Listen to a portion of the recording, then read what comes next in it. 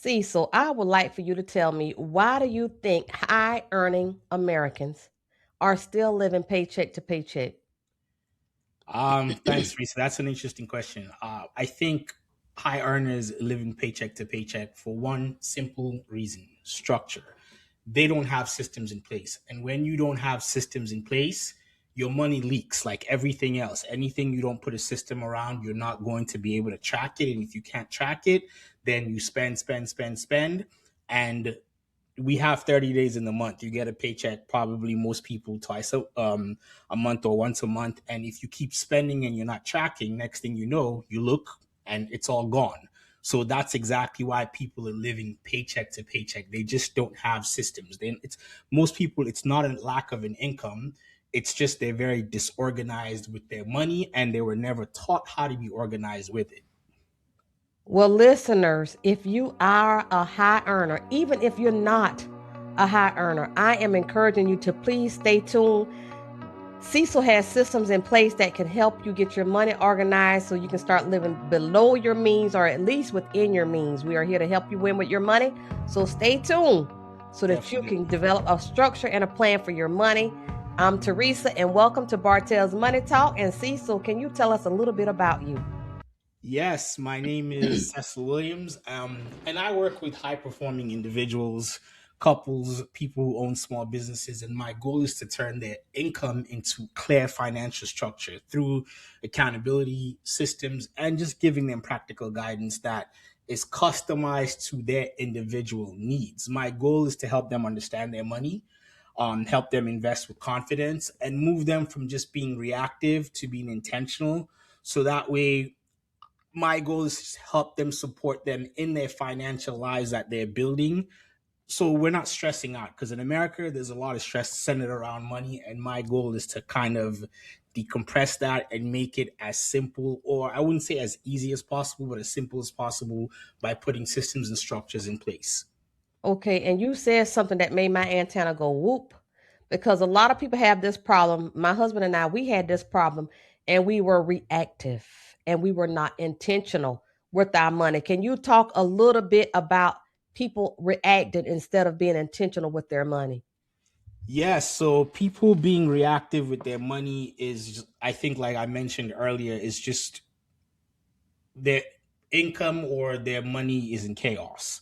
And if it's in chaos, then you're always reacting to things. So Mm-hmm. the money comes in, for instance, I'll give a quick example. I spoke to a guy who needed help. And I one of my first questions I always ask is, do you have a budget or a spending plan? Whichever one. Do you do that? And he says, I don't. So I said, well, how do you know what you spend or what you don't? One of the answers was disheartening, was when he says, I keep getting calls from the bank about overdrafts. I keep getting calls from the creditors or people that I have to pay that I'm past due. So I'm saying, if you don't have a budget in place, something that tracks your money, how would you know what comes in or goes out? And we're talking about adults. And some of this is not fault. And it's not to say he shouldn't know these things, but when you don't have systems and the budget or a spending plan, whatever you choose to call it, it's just a system that helps you track what's coming in. So therefore, you're not being reactive. And it's as simple as that. Oh, yeah, because I'm like, I've learned the motto: untracked money is spent money. And when you Yes. spend it, nine times out of 10, mostly with the way our world is now, you're not going to even know where you spent it, what you spent it on. Yeah, you can go back and look at your bank and your app, but you still may not even know what you bought because you're not being intentional with your money. So I really like that term. So, people, ladies and gentlemen, we need to be intentional with our money. And Yes. so, yes, Cecil, can you give me a little backstory about yourself? What gave you your heart to help people get structure with their money? My heart came from my experience. So I moved to the United States at the age of 18 as an immigrant, and grew up in West Africa. I was born in Sierra Leone, finished high school in the Gambia. And when I came to the States, I moved to California. So I literally moved about 6,000 miles away from my parents, and everybody was wondering why I wanted to move so far. Story for another day. But I came into a system that I didn't understand, whether it Wow. was from the educational system to, obviously, most importantly, the financial system. And as I kept going, I became curious. So I'm an entrepreneur at heart. I would read Entrepreneur Magazine. Then it wasn't the internet. Well, a lot of stuff were magazines, Money Magazine, Fortune Magazine, that type of Mm-hmm. stuff. But throughout college, I was really trying to figure things out. So in college, or when you're a young person, they tell you, most immigrants, the advice they will give you is stay out of debt. And one of the ways they tell you to stay out of debt, obviously, is through credit cards. Because if you don't have, I mean, if you have an allowance or small money coming here from your paychecks, you can't necessarily go in debt. But to get in debt, you start using money you don't have, which in this case is the credit card. So you accumulate that because you're wondering and you become curious, and that curiosity leads you down a rabbit hole, which then becomes debt. And as a young person, sometimes some of it the shame, because if you don't have anybody to lean on or ask, you don't know how to figure it out. So for me, I'm generally the person who, I may not ask a lot of questions of people, but I read a lot, I research a lot. So when you get yourself in that kind of a pickle, then it's like, okay, how do I get out of this? I had a roommate who was very helpful. I'd call my brother, who would have conversations like that with me. But then I started doing research myself. So I started doing the fundamentals. Like I said, I created that budget. And for me, I call it a budget, but it was really just a spreadsheet tracking exactly what was coming in and what was going out, for me to know, okay, if I've then put myself in $500 worth of debt, how do I get out of it? So if I make this paycheck, I pay my cell phone bill, I pay my, I mean, then in college, probably my cell phone was probably my only bill, and then maybe put some money towards groceries. Whatever's left has to go towards paying this credit card. So you Mm-hmm. at least know what you have to put towards it, and you know how long it's going to take you to get out of debt. So these simple systems back in college are what I took with me over the years. But then as you finish your graduate college, you make mistakes. So as I continued compounding on the mistakes of debt, Mm-hmm. because now you are working, it gets bigger. So I made all the mistakes, the excitement of now I'm making a little bit more money. I can invest instead of getting the proper education with investing. You gather with your friends and you start making more mistakes, and Mm-hmm. investments become schemes that you lose money. So as I kept stacking up these mistakes or these losses, it came to a point when I said, I know I have the foundation of what it takes to understand and redeem myself. And that journey of redeeming myself and figuring it out was a long journey. I mean, it's probably taking over 20 years. And finally, I mustered the courage to say, I've been doing this for myself and the people around me for this long, where I know how to get out of debt. I know how to consolidate debt. I know I had the foundation of savings from my parents. All of that made me then say, let me do this for a living, because I've done it for so long for myself. Mm-hmm. It's only right that I help people who are struggling with these types of things understand how to get out of it simply from experience. Well, I love that story. So basically, your trials and tribulations is now being used and applied to help others win with their money, get out of Definitely. debt, and get a structure and get a plan together. And Yes. so, for you and I, we may know what disorganized money looks like. If we have someone listening now and they're thinking, am I disorganized with my money? Can you give them a few pointers of things that maybe they can look at to determine if they are truly disorganized with their money?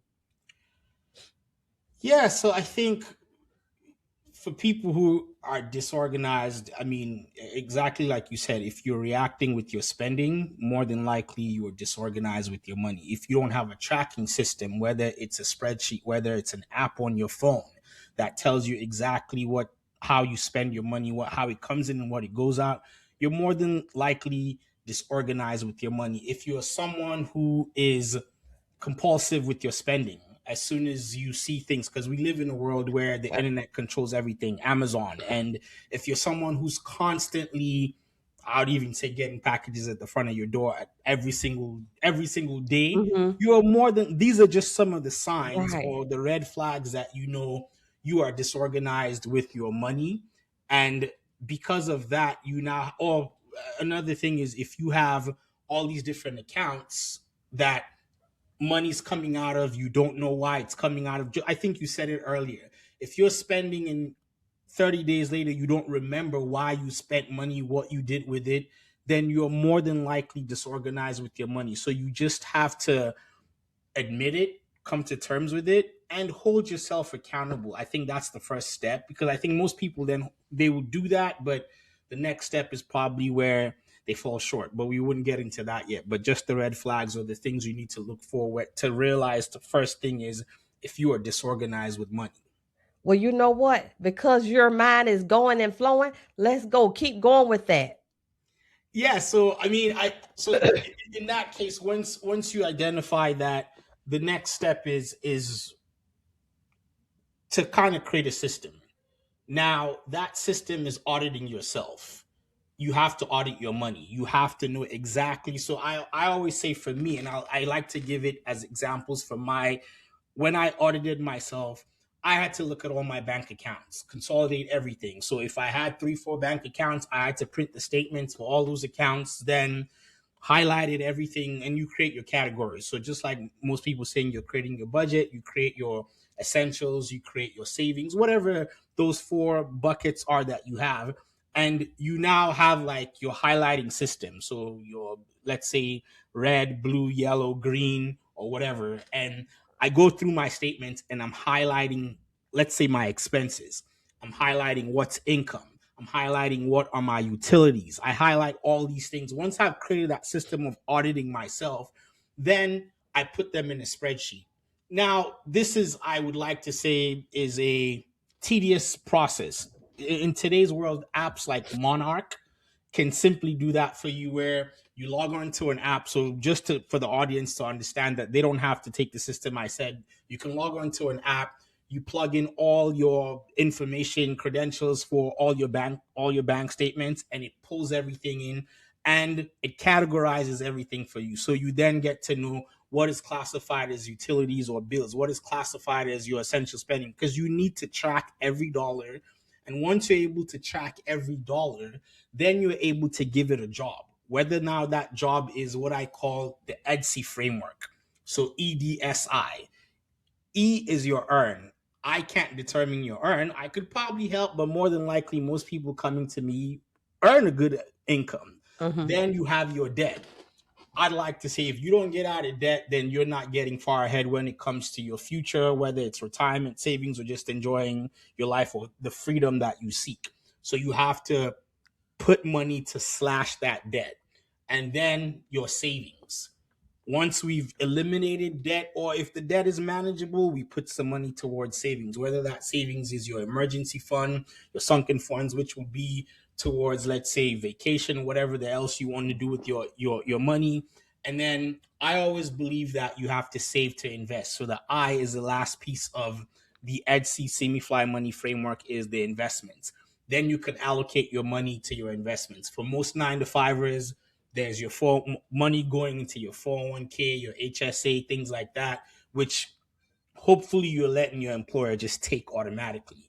Then it comes to things now that are going to go into your brokerage account, your let's whatever other investments you want to put in. Mm-hmm. For all intents and purposes, in this case, I simply just let people know their brokerage account. So EDSI, and you control all of that in a flow, so it helps you keep yourself accountable, and you track that money and you give it a job. When you give it a job, then you stop stressing about, oh, I don't like the leaks, stop, because you know where everything comes from and you know where everything goes to. So now you need to go back over it again. E is for earning. Yes. Okay, give us the rest again. So it's called the EDC Semi-Fly Money Framework. The E is for earning, which you're in control of. Like most people I work with are high earners, so they make decent money. The D is for debt. You want to find a system by which you're going to slash your debt, because it's now listed. Whether you want to do the snowball method, the avalanche method, and it's just simply either taking your debt and compiling it and saying, I'm taking the debt with the highest amount to the lowest, or highest interest rate, whichever works for you. You just need a system. Now you're going to find a way to pay off that debt. You're going to list that debt so you physically see it, so you know what you're putting down towards it every month. Then there's the S, which is your savings. I always say the savings primarily for me is just 2 things. You save to invest, and you save for an emergency. And the emergency savings, now I'll say this, people will tell you you need 3 to 6 months, 6 to 12 months worth of savings. In today's world, with inflation and everything going on, I wouldn't lie to you. It is very difficult for people to have. Imagine someone making $30,000 a month. You're talking about that person needs to have $90,000 in just 3 months. So when we talk about six, it's a lot of money. Mm-hmm. So I just think you need to have a comfortable cushion, at least 1 month's worth, because things are going to happen and Yeah. you're going to need that emergency to take care of them so you don't have to use that credit card. Because the more you use the credit card and you're not paying off, just as much as your investment compounds, the debt compounds. And Oh, then I yes. finally is the investments. Oh, yes. And you're right. That emergency fund, if you're making $30,000 a month, it's going to be a challenge for you to save it because most of the time, if they're making $30,000, they're probably spending $32,000 a month because they don't have a system in place. Lifestyle inflation. It happens to the best of everyone in the United States of America. We live in a consumer society. We live through consumerism. So as fast as the money comes, it can go just as fast. So if you don't put a system and structure Oh, in place, yes. like you said, $30,000 income will turn into $32,000 in expenses. Yes. And it will. It creeps up on us. And so Yes. you use the word audit, and not many financial people that I engage with use the word audit when it comes to their finances. So, can you explain to the listeners when you say audit, like you gave your process, how do they audit their finances? Yeah, so I deliberately use the word audit because essentially, when you think of any financial system, any company, there's a CEO, there's a CFO. Within that finance department, you have someone who audits the company's accounts. So think of your household as being run like a business. So Right. if you're married, then you assign roles. It doesn't matter depending on everybody's strength. So it's not a thing where it has to be the man to see it. No, you assign based on strengths because there's one person generally sometimes who might be more accountable or who's more responsible. So you Mm-hmm. assign the CEO role, the CFO role, I mean, in this case, or whatever the case might be. And now you're going, when I say audit, you're going to literally look at what you have, everything you have. I think most people are afraid. That's another thing. Most people, because of their habits, they are so afraid of looking at their bank statements Yes. because it's almost like looking in the mirror and realizing I failed. But if you Yes. don't do that, you're never going to overcome that fear and you're Mm-hmm. never going to overcome those challenges to be able to get to the goals you want to set for yourself, the realistic goals, to say I freedom, I want to travel the world. You can't do that when you're stressed out about money. So the audit is just really looking at what you have and giving it work. So I have this other thing I call the cash method. Now this is where you actually do the work. So in the cash method, it's clarity, accountability, structure, and habits. So the first is you need clarity. That's why you audit yourself. If you Mm-hmm. have no clarity around your money, then what are we doing? You don't That's know true. where it's coming from. You don't know where it's going. So you need clarity around your money. And if you have too many accounts where things are coming in and going out, Oh. you just don't get it. Then accountability. Accountability can come from in a marriage, in a household, in Mm-hmm. friendship. You just find someone who keeps you accountable to things. So you always have that friend who's going to get on you, ask them to be your accountability partner. You don't have to tell them specifically what, you just have to remind them. And I think transparency is okay. In this case, for me, my wife and I, we have these accountability meetings weekly and monthly. The weekly is just to say, hey, this is how much is left in the checking account. I like to see myself as a CFO. So I have to remind her this is what's left. Before I used to be, you call it pride or whatever silly reason, I would say I'm not going to say anything. But I'm like, who am I hurting? I'm hurting us. Because Right. if I don't inform her, because she just normally doesn't check, and she's the one who goes and does the grocery shopping, and then she says, hey, the card is not working, or hey, this is happening, then I'm like, I should have told you, because we agreed every Wednesday I would tell you this is how much is left in the account. Money will go in there again tomorrow. This is how much is going in. Be mindful of this and that. And then on a monthly basis, we have that one big meeting where we kind of like look at our goals all over again to see where did we fall short, what are we meeting, and what are we looking forward to. Then there's the structure, which I just mentioned.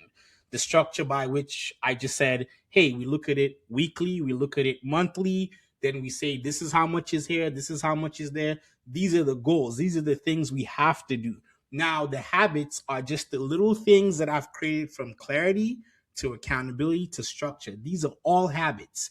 Just like you wake up every morning, the first thing you do for most people, it might be they look at their phone, Uh-huh. then they stretch, then they brush their teeth, then they take a shower, then they make coffee, they get in the Uh-huh. car. These are all habits that you do every single day that have become a part of your life. Mm-hmm. When it comes to dealing with your money, make those little things you do habits so you remember that every Wednesday I have to remind my wife how much is in the bank account.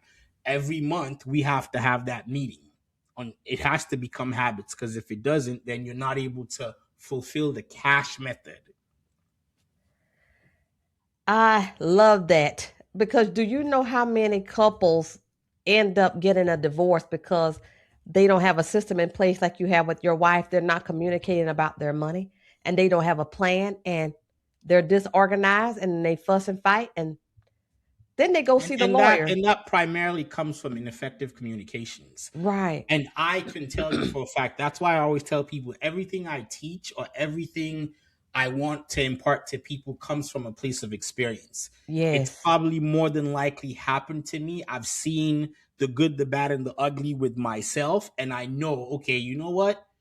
If you do it this way, this is exactly what's going to happen. If you follow this path, then you're going in the green. If you follow this path, trust me, it's going to end up bad. So some of it just comes from the lack of communication. So for me, I'm someone I like to internalize a lot of information and things, but Mm-hmm. I remind myself now on Wednesday, all it takes is maybe a text message if she's not around, or if Right. she's in the bedroom, just walk in and be like, "Hey, this is the quick update. This is what it's for. This is what we can do until the next time," and it's done. And we both understand, and that alleviates Oh, stress off of yes. me. And she then gets to understand, like, hey, it's not we're saying it's shut down. It's Mm-hmm. just saying, hey, money comes in again there on that in that account on Thursday. So between today and tomorrow, I just have to slow down. Right. I love that. And so you also use the term leaks. Can you let the listeners know what we consider to be money leaks? Yes. So money leaks, money leaks literally happen because people just don't have, again, I keep repeating this, structures in place. So a money leak is as simple as you get your paycheck, you have all these, a simple experience would be like we live in a world of subscriptions. Uh-huh. Now, if you take your phone, you can sign up for subscriptions that you wanted to, like me for instance, I do a lot of editing with my videos and things of that nature. So I might sign up for something that is an editing app and it's like 5.99 a month, and I sign up for it and next thing you know you forget. Or for instance, it recently happened with my wife where she thought she had paid off an Amazon credit card that I had asked her that we stopped using, and she paid it off, but like for some reason, let's say there was a $1 balance or a $10 balance that then ends up being this thing where instead of them reminding you, they're just saying, we're not going to remind you, we're just going to keep charging you interest, or we're going to keep Yes. charging you late fees on that, and it keeps accumulating. So little things like that, that is why it's important to audit yourself, because that's a leak. That's money that might not be significant enough, but if you're adding 5.99 times 12, and next thing you go, it goes into year two, year three, because you're just not looking at it. You're just saying it's 5.99. But when you know, so for me, what I do with these apps, I sign up for them, and right there and then I put a date, a reminder on my calendar that I have to cancel it, let's say 5 days before it renews. So Uh-huh. when that fifth day comes, it the reminder on my alarm will come up. It tells me exactly what I have to do. If I still need it, fine. If I know I don't need it and I haven't used it because I maybe only needed it once or maybe for 1 week, I cancel it because I'm avoiding that leak. So once you put everything in a spending plan and assign that every dollar a job, then you eliminate those leaks, and therefore you get to keep more of your money. And trust me, $5 adds up, $10 adds up, $20 adds up to save and invest. Wonderful, wonderful. I love that. And so, if we have a listener that's listening and they feel overwhelmed, they realize now from listening to you that they're disorganized, what is the first step that you would recommend to them to start getting their finances in order? Hi, I think start small. Um, it can be overwhelming, but it's never easy. So I always Right. tell people, again, your first step is to gain clarity on what you want to do with your life. Mm-hmm. And your clarity is thinking, because I Mm-hmm. could start telling you, hey, audit yourself, do all these things. It's still overwhelming. Right. So spend some time in your thoughts or with your significant other, whoever it's going to benefit. Have a conversation, a clear conversation about what you want your money to do for you, what you want to do with that money, whether it's operational, which would be your everyday life, Uh-huh. your short term goals, and your long term goals. Once you are clear on those goals, then you understand what it's going to take to accomplish those goals. Right. Your operational goals, what is it going to take to run your household? Your short term goals, maybe your dream is, I want to visit a country that I'm Brazil because it's been Uh-huh. my dream, or whatever the case might be. Mm-hmm. Your long-term goal is, hey, we want to buy our first house. So you have these goals now where you know it's tangible, it's doable, it's achievable. You assign numbers against these things, and you're able to then work towards it. So that's just your first part, your clarity.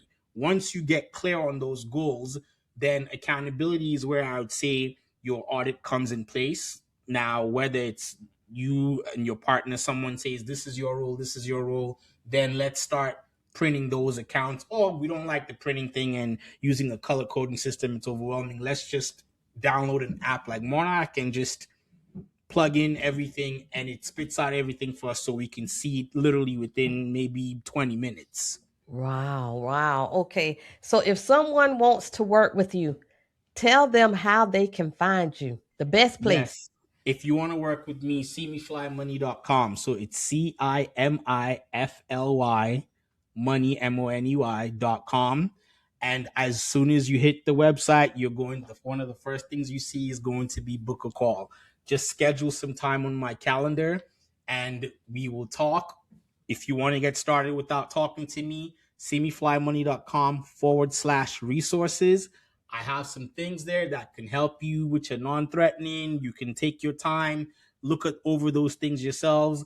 And from there, when you feel comfortable or when you're ready to get to work, book a call and let's talk. Well, thank you. Thank you. And before I let you go, because you have been through so much in your life and you've overcome, can you Yes. leave one or two nuggets of encouragement for our listeners? Yes. Simple. You don't need more money. You need a better system. Oh, whoa. Yes. And the gap isn't income, it's intention. So you need to be very intentional with your money. Your future isn't waiting on a raise, it's waiting on structure. So remember these things, and your life would be much more better. Because when you eliminate stress from your life, especially financially, it's a whole lot better and you feel lighter. Well, Cecil, I want to thank you so much for joining me on Bartell's Money Talk. This has been exceptional. Listeners, if you need help with your money, if you're disorganized, you want to get on the structure system, please reach out to Cecil. And you can also share this video with someone else. And again, thank you so much for watching, and we will see you next time. Thank you very much, Teresa. You're welcome.